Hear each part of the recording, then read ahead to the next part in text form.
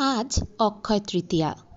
অক্ষয় তৃতীয়া হল হিন্দু পঞ্জিকার বৈশাখ মাসের শুক্লা তৃতীয়া অর্থাৎ শুক্লপক্ষের তৃতীয়া তিথি।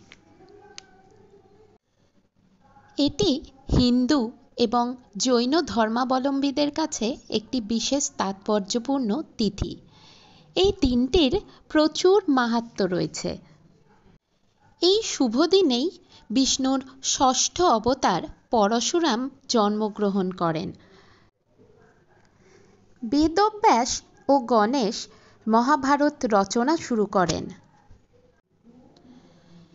রাজা ভগীরথ গঙ্গা দেবীকে মর্তে নিয়ে এসেছিলেন।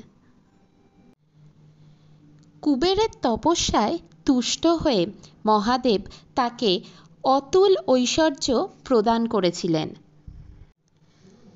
এছাড়াও অক্ষয় তৃতীয়ার দিনেই পুরীতে জগন্নাথের রথযাত্রার রথ নির্মাণ শুরু হয়।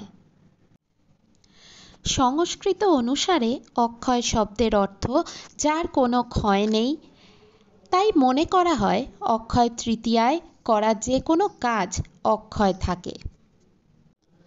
শাস্ত্রমতে অক্ষয় তৃতীয়া সুখ প্রদানকারী ও পাপ নাশকারী তিথি। তাই সকলকে অক্ষয় তৃতীয়ার শুভকামনা জানাই। অক্ষয় হোক মানবিকতা, সুখ, শান্তি, ভালোবাসা ও মানুষের জীবনের প্রতিটা শুভ মুহূর্ত।